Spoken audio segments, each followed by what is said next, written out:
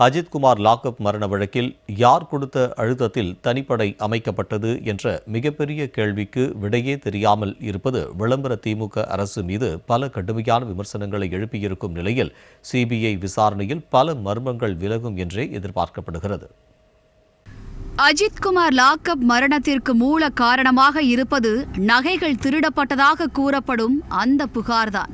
திருபுவனம் காவல் நிலையத்தில் நகைகளை பறிகொடுத்தவர் என கூறப்படும் நிகிதா அளித்த புகார் மீது போலீசார் சிஎஸ்ஆர் கூட பதிவு செய்யாத நிலையில் பதிவே செய்யப்படாத ஒரு புகார் மீது சிறப்பு படை காவலர்கள் அடங்கிய 6 பேர் கொண்ட தனிப்படை விசாரணை நடத்தியது எப்படி என்ற கேள்வி எழுகிறது.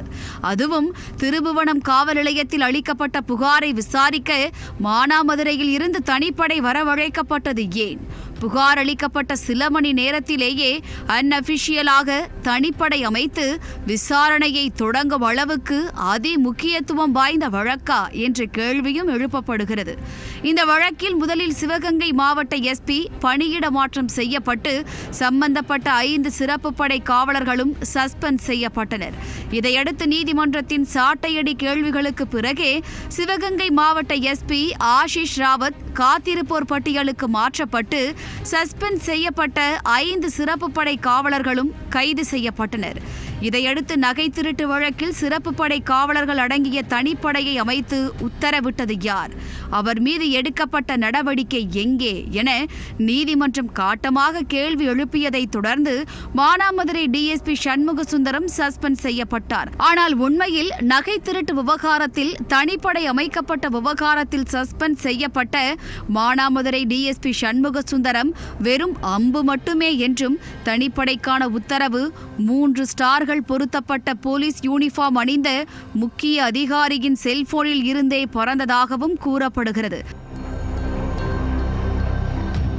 இப்படி சிவகங்கை மாவட்டம் மடப்புரம் எனும் பகுதியில் நடந்த திருட்டு சம்பவத்திற்கு சென்னையில் காவல்துறையையே தனது முழு கண்ட்ரோலில் வைத்திருக்கும் அந்த 3 ஸ்டார்கள் பொருத்திய அதிகாரியின் தலையீடு இளைஞரை அடித்தே கொலை செய்யும் அளவுக்கு ஆழமாக பாய்ந்ததன் பின்னணியில் மற்றொரு பெண் அதிகாரியின் தலையீடு இருப்பதாகவும் சொல்லப்படுகிறது. மதுரை, சிவகங்கை என அருகருகே உள்ள மாவட்டங்களில் 2 அதிகாரிகளும் பணியாற்றிய காலத்தில் ஏற்பட்ட நட்பின் பேரிலேயே பெண் அதிகாரி சென்னையில் உள்ள அந்த 3 ஸ்டார் அதிகாரிக்கு கட்டளையிட்டதாகவும் சொல்லப்படுகிறது.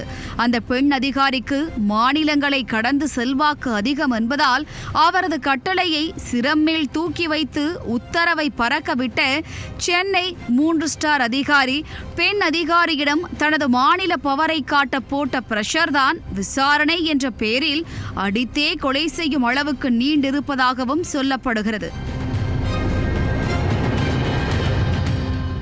அஜித்குமார் லாக்அப் மரண வழக்கில் ஆரம்பம் முதலே அத்தனை உண்மைகளும் மறைக்கப்பட்டு மடைமாற்றும் நாடகம் அரங்கேற்றப்பட்டது அப்பட்டமாக தெரிந்ததாலேயே சிபிஐ விசாரணைக்கு மாற்றுவதற்கான தடையில்லா சான்றிதழை தாக்கல் செய்யுமாறு தமிழக அரசுக்கு உத்தரவிட்டுள்ளது நீதிமன்றம்.